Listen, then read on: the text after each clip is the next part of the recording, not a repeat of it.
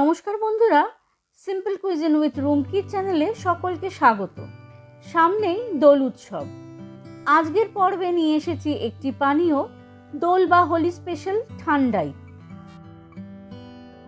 ঠান্ডাই বানানো একদম সহজ, যদি কিছু ড্রাই ফ্রুটস আর স্পাইসেস মজুদ থাকে।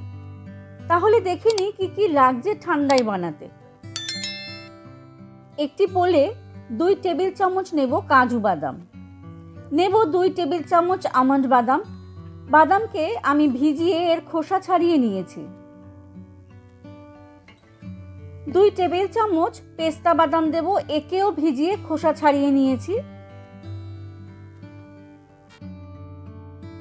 নিয়ে নেব 2 টেবিল চামচ তরমুজের বীজ, এখানে কুমড়োর বীজ কিংবা শসার বীজও নিতে পারেন।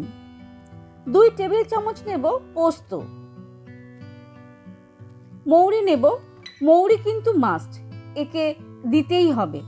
মৌরি নেব কিন্তু চা চামচ মেপে দেব 2 চা চামচ। এখানে 1/4 জায়ফলের টুকরো নিয়েছি, এটি অপশনাল, না দিলেও হয়। ছোট 1 টুকরো দারচিনি নেব, এটিও অপশনাল, না দিলেও হয়। আর নিয়েছি 6-7টা গোটা সবুজ এলাচ, মানে ছোট এলাচ। আর নেব ছোট চা চামচ মেপে গোটা গোলমরিচ। সব শেষ ইনগ্রিডিয়েন্টস হলো শুকনো গোলাপের পাপড়ি। আমি শুকনো গোলাপের পাপড়ি নিয়েছি, কিন্তু সাজেস্ট করব অল্প করে তাজা গোলাপের পাপড়ি নিতে। তাজা গোলাপের গন্ধে ঠান্ডাই আরও পরিপূরক হয়। সব কিছুকে 1 কাপ জল দিয়ে ঢাকা দিয়ে ভিজিয়ে রাখবো 2 থেকে 3 ঘন্টার জন্য। গ্যাসে একটি পাত্রে 1 লিটার দুধ জাল দিতে বসিয়ে দিয়েছি। দুধ হালকা গরম হলে দেব 1 চুটকি কেশর। আমি 1 চুটকি থেকে একটু বেশি কেশর ব্যবহার করছি। নাড়তে নাড়তে কেশর দুধে ভিজে রং ও গন্ধ ছাড়বে। আচ্ছা, এই পর্যায়ে কিন্তু দুধ নামিয়েও নিতে পারেন। ঠান্ডা করে যখন পরিবেশন করবেন তখন গ্লাসে চিনি দিয়ে পরিবেশন করতে পারেন। আমি পুরো দুধটাকেই একেবারে চিনি মিশিয়ে নেব, তাতে আমার সার্ভ করতে সুবিধা হবে। দেব 150 গ্রাম চিনি। এটি আমার স্বাদ অনুযায়ী, আপনারা আপনাদের স্বাদ অনুযায়ী কম বেশি করে নিতে পারেন। চিনি ভালোভাবে মেল্ট হয়ে গেছে, দুধেও রং ও গন্ধ এসে গেছে।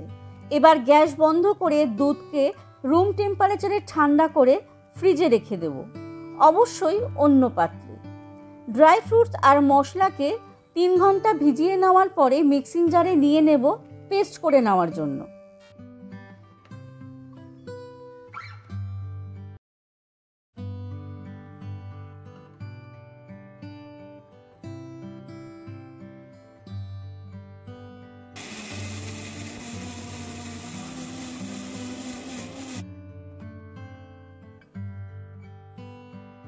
দেখুন, একদম মিহি পেস্ট হয়ে গেছে। এই পেস্টটি একটি এয়ারটাইট কন্টেনারে রেখে ফ্রিজে রেখে 10 থেকে 15 দিন ব্যবহার করে খেতে পারেন। এদিকে দুধ ঠান্ডা হয়ে গেছে।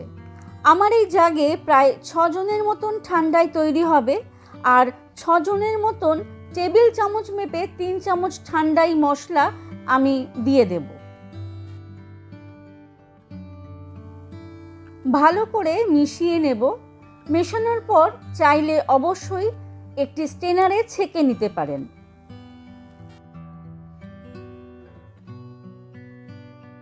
দোল বা হোলি স্পেশাল পানীয় ঠান্ডায় ঠান্ডা ঠান্ডা পরিবেশন করুন। প্রয়োজনে আইস কিউবও নিতে পারেন।